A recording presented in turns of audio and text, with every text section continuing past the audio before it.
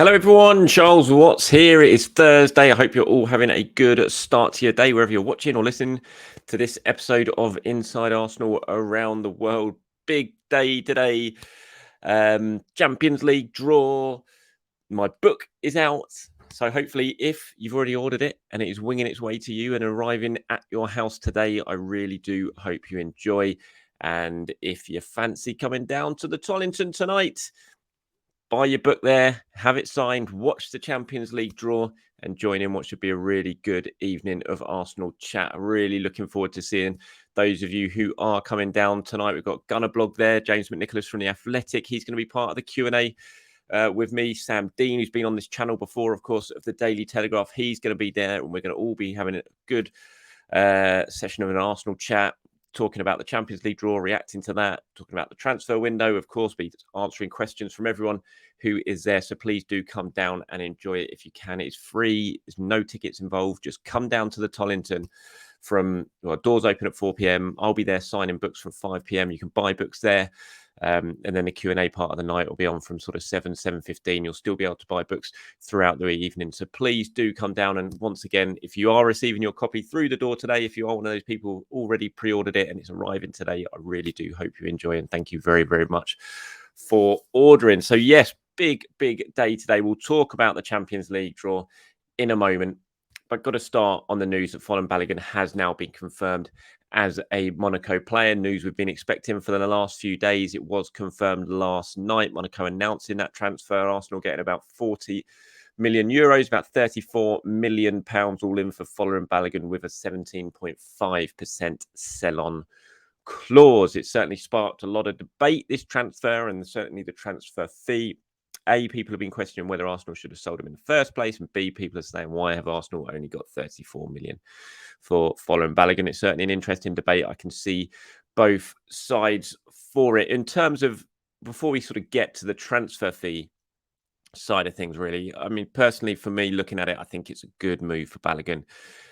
He didn't want to stay at Arsenal. He didn't want to sign a new contract. He only had 2 years left on his deal. If Arsenal didn't sell him this summer, then he was going to be down to the final year of his contract. He'd shown no willingness to sign a new deal. He wasn't going to go out on loan again.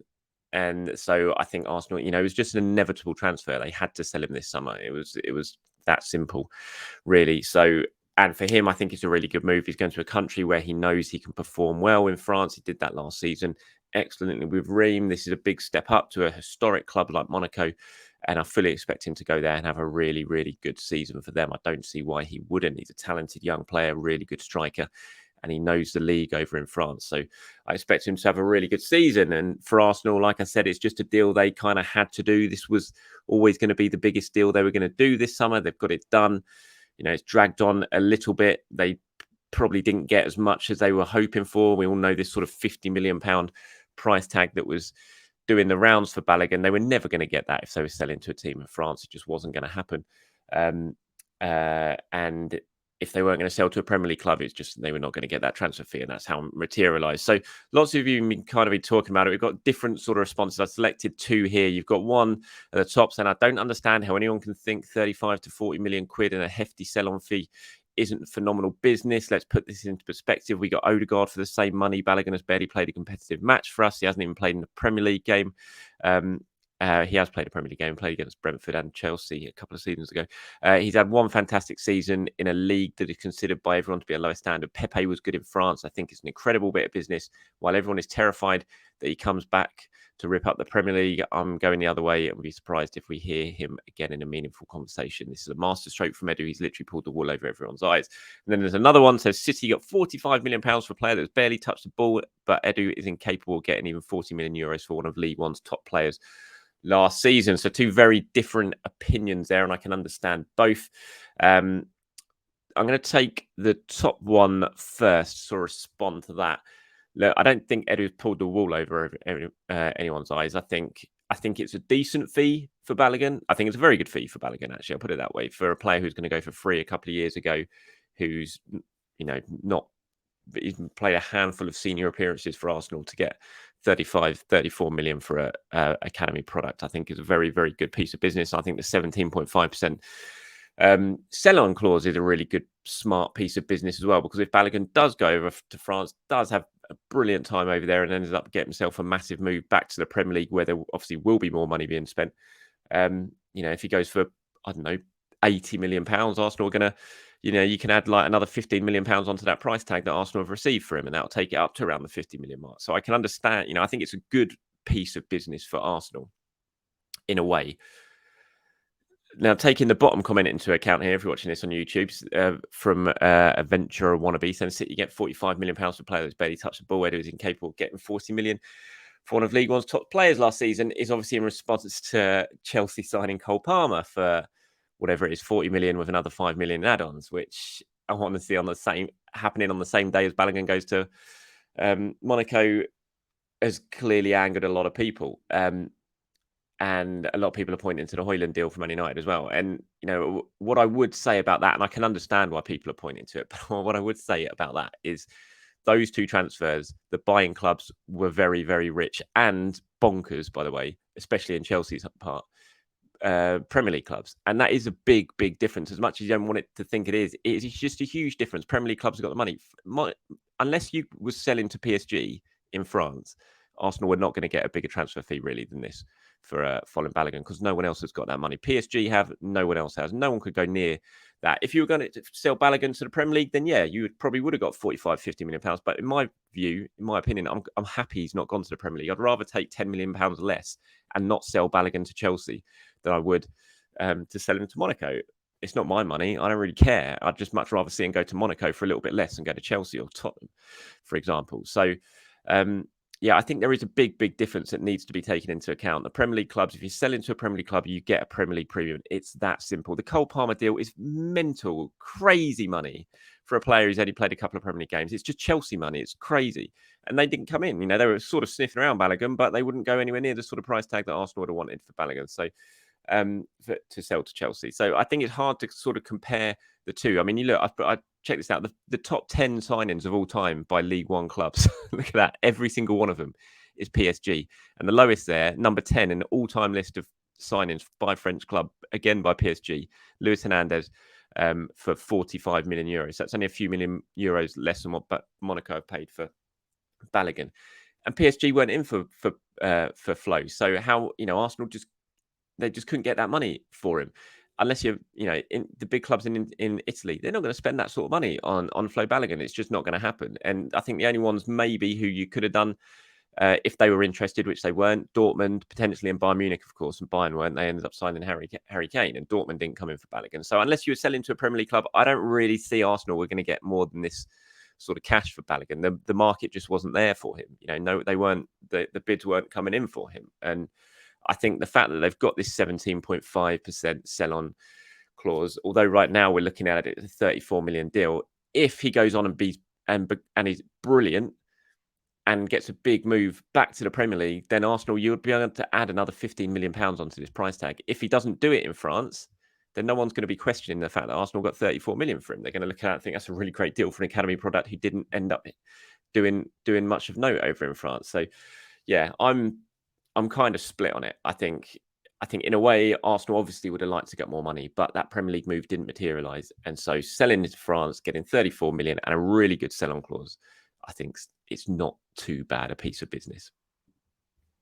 Okay, away from Flo Balogun now, let's talk about what is a very, very exciting thing today. Arsenal, after so many years, are back in the Champions League.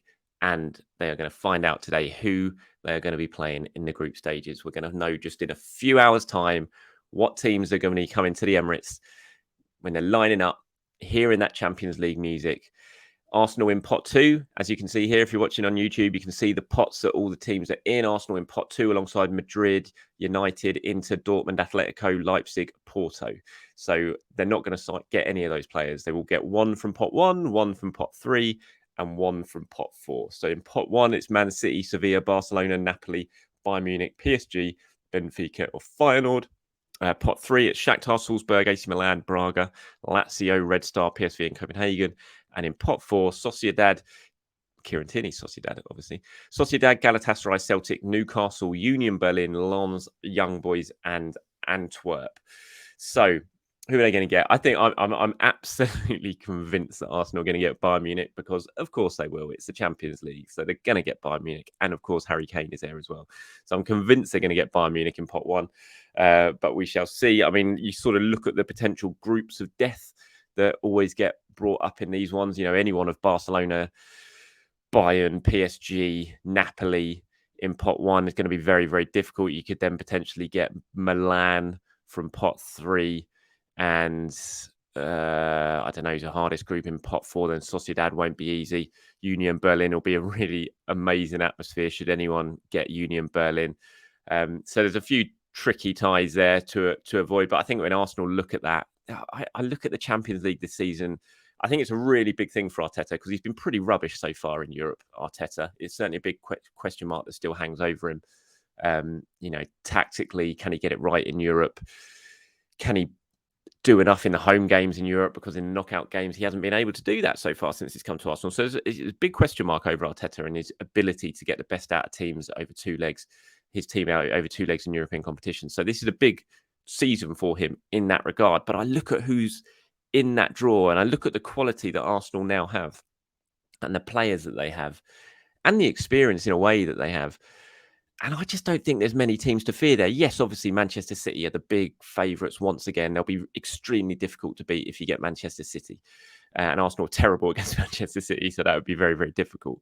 You know, Barcelona, obviously, a Barcelona. PSG are going to be a difficult team. Real Madrid, you know what they do in European competition, really. But other than that, there's just no one there who stands out. And I think, oh my God, this is going to be a real struggle for Arsenal. So I can't wait to see how they get on the Champions League. When everyone asks me, what's your expectations for this season? You know, I look at it and I think, you know, if Arsenal finish second this season behind Manchester City in the Premier League, it's not a failure. I don't see how anyone could say finishing second is a failure to the best team in the world. So, you know, I'd love them to win the title, but if they don't and they push Man City the whole way, you know, the whole way again and end up finish second, I don't see that as a failure. But for me, when I look at my expectations, I really look at the Champions League this season and want to see them go really deep and really make a mark in this competition. So that my main expectation is Arsenal really making a statement in the Champions League this season and Mikel Arteta really showing that he's got the sort of quality and the tactical nous to get his team far in this competition because they have the quality and they have the ability. So can't wait. Like I said, the book launch tonight at the Tollington. Come down and watch the Champions League draw. I think it starts at about 5, but the way they drag it on in UEFA, it's going to go on until about 6 o'clock, something like that, before the draw actually takes place. So come down to the Tollington for the book launch. We're going to have it on all the big screens in the pub, sitting there with pints in hand, seeing who Arsenal are going to get. I cannot wait. It's going to be such an exciting part of the night. Really looking forward to it. So get down if you can. Of course, the Carabao Cup draw, not quite as prestigious. That took place last night, and Arsenal are going to play Brentford away in the third round. So not particularly nice draw for Arsenal. Difficult game away at a Premier League club. Not many away fan allocation either. So not the greatest of draws for Arsenal. So Arsenal versus Brentford in the Carabao Cup third round in West London. Okay, getting closer to Manchester United on Sunday. Cannot wait for the Emirates. Should be a really cracking game down there. Both teams, I'd say, under a little bit of pressure because of the starts to the season. United, of course, did come back and get that win against Forest at the weekend. Arsenal didn't manage to come back and get the win against Fulham with that 2-2 draw. So a little bit of sort of frustration and disappointment. Well, a lot of frustration and disappointment, I should say, in reaction to that result at the weekend. They'll be looking to bounce back against United on Sunday. Here's some pictures if you're watching this on YouTube from training yesterday. Zinchenko there. I think he'll be making his first start of the season against United. I'll be very surprised if he doesn't. And should he come in as expected on the left-hand side of that defence, that is going to be really interesting to see what else Mikel Arteta does in that position. Does Gabriel come back? Does he play alongside William Saliba? Does Ben White move back to right back? What does he do with Kai Havertz? Does Fabio Vieira come into the starting lineup after his impressive cameo against Fulham? Will Eddie Nketiah come back into the starting lineup at the expense of Leandro Trossard? I imagine he will. Or will Gabriel Jesus make the starting lineup? There's so many questions to be answered. Mikel, that team selection on Sunday is going to be so intriguing when it does come out at an hour before kickoff, because I have no idea what he's going to do. And I imagine lots of you have no idea what he's going to do. And, you know, when you sort of compare that to last season, that is very different, because we all knew what he was going to do and who was going to play and who was going to play where. But it's very different this time around. And really big questions over that starting 11 at the weekend. Looking forward to seeing what happens. Okay, let's quickly talk about some of your comments and questions. A fair few of them about Balogun today up. So I wanted to rattle through some of these to get your thoughts on what's going on. Here's one from, I think it's Ryo3. Says, hi, Charles. Regarding Balogun, a sell-on clause seems like smart business. Do you have any insight into why buyback clause doesn't seem to be used much? If Balogun becomes a big star at Monaco, I'd love to see Arsenal have an option to buy him back. Yeah, I thought there might be a buyback clause, and it doesn't appear that there is. Doesn't happen in many transfers. Arsenal have put in a few transfers with youngsters recently. Dan Ballard got one, or it was a matching rights clause where, in Dan Ballard's case, where if someone came in with a big bid for Ballard, Arsenal would have first refusal to match that bid and bring him back to the club. I believe when Charlie Patino looked like he was going to be going on a permanent deal this summer, they were going to get that included. They were telling that to all interested clubs as well. Obviously, it ended up going on loan, so it didn't happen. But yeah, with Monaco, they obviously didn't want it or didn't ask for it. Monaco wouldn't agree to it. I'm not sure exact reasons why it wasn't, but with this big sell-on clause, I think financially it protects him anyway. If he does absolutely fly at Monaco and does end up getting himself a big move somewhere else, maybe back to the Premier League, then Arsenal are going to get big money through that because it's just natural. If Premier League clubs end up coming in for Balogun and he has a really good couple of seasons there, then it'll be big money, I'm sure, and that will mean that Arsenal get big money in return, and that takes the transfer fee they've got now from 34 million probably up to around the 50 million pound mark, and all in for an academy product who had never really played a game for the club. I think that's pretty good, smart piece of business. Here's one from Andrew. That's a couple from Andrew, which I sort of grouped together. Says, Arteta is going to regret selling Balogun when he starts banging in loads of goals. The fans are not going to let him forget it. Mark my words. And then he also says, what I don't understand is why Arteta kept Eddie, but he can give Balogun a chance. He deserved that. At least he's better than Eddie, in my opinion. That's in your opinion, Andrew. And everyone's obviously entitled to their opinion. But at the end of the day, Mikel Arteta is the manager of Arsenal. And in his opinion, he felt that Eddie was clearly a better option to keep around, and he's the one who sees him in training. He sees him close up. He's the one who's a very highly skilled football manager, and he obviously believes that Eddie was better for what he wanted. And I think you've got to take the whole contract situation into account as well. It's not just as simple as he should have kept Balogun and then got rid of Eddie. The fact was Balogun didn't want to sign a new contract and was going to be down to the final year of his contract next summer. And so Arsenal's hands were tied a little bit. They kind of had to sell this summer because of that situation. Otherwise, you risk losing him, for barely any money next summer, or he potentially just sticks around and walks away for free in a year's time after that. So I don't think it's quite as simple. Eddie's got a long-term contract. Arsenal are under no pressure to sell. They've got a good young striker there who's scoring goals in the Premier League.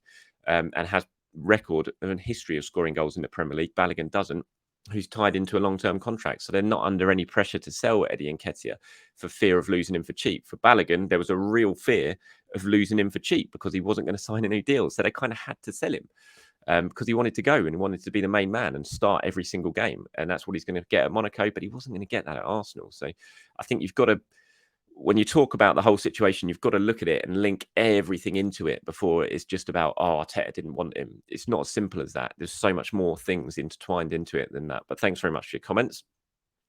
Here's one from Dwayne who says, I'm going to push back on the idea that Balogun is ambitious, both for club and country. He's chosen paths of less resistance and gone to teams that were of lesser quality so that he could play right away. That's definitely his right, but looks more like impatience to me. I think an ambitious player would back themselves to impress in training when given their chances at a bigger club national team. Yeah, I don't know if I agree with that personally. I think it's a fair comment, but I'm not going to hammer Balogun and say that he's sort of didn't have the ambition to succeed at Arsenal. I think sometimes players just look at what's gone on. I put maybe Jadon Sancho, for example, who was at Manchester City, and he chose to go to Dortmund because knew he was going to play there. And look what happened to him. He went over there. It was a huge success and now got his matches moved to United. Had he stayed at City and not played as much, would his career have been taken off like it did? Probably not. Look at Jude Bellingham as well, what he's done and the way his career has gone on since he made that move over to Dortmund from Birmingham at such a young age. And so I think players just look at the opportunity of going abroad as a real good opportunity of kickstarting their career early. So I'm certainly not going to criticise Balogun for it. And I think for the national team, look, if I was him, I would have probably waited a little bit of time. I didn't think there was any rush to commit to the US because the World Cup's still 3 years away, but I can absolutely understand why he did it. And financially, commercially, the opportunities were available to him to make that choice and go there and be the poster boy, basically, of the World Cup heading into heading into a home World Cup in USA. I can absolutely understand for the reasons why he chose that as well. So thanks for your comment. But yeah, I kind of disagree on it. I'm certainly not going to criticise Balogun for deciding to do what he's done. Max here says, we clearly need to sign a top right back if White is reverting back to centre back. Think Party experiment is a joke. Tomiyasu is error prone. Under pressure, I mean, it depends really. I think what Mikel's gonna do. I think we'll know a lot more this weekend when Zinchenko comes back in. Whether we see Ben White back to right back. I think if the plan is for Ben White to be right back majority of the season, I don't think Arsenal need to sign a right back. They've just signed one for £40 million in Jurrien Timber, who's going to be back at the end of the season. So if you go and buy another one now for basically the season and spend money on a top right back, then what are you going to do when Timber comes back? You've suddenly got White, Timber, and another right back and Tomiyasu all in the squad. It just doesn't really make sense. I think if a loan is there, then that could be a smart piece of business for Arsenal to cover them. And we wait and see what happens in the transfer window. There's still a couple of days to go. I wouldn't sit here right now and say there's no chance Arsenal are going to sign anyone. There's been lots of times. So even when Tomiyasu signed that day, it wasn't really expected. Then suddenly, bang, Tomiyasu signed on the final day of the window. I go back to when Thomas Partey signed. I went into that deadline day thinking Arsenal weren't going to do anything. That was the message we were getting. And then they went and signed Thomas Partey. So you can never rule it out, and if a decent opportunity arises that Arsenal look at and think that gives us good cover for the season, then they might well do it. But I just don't know.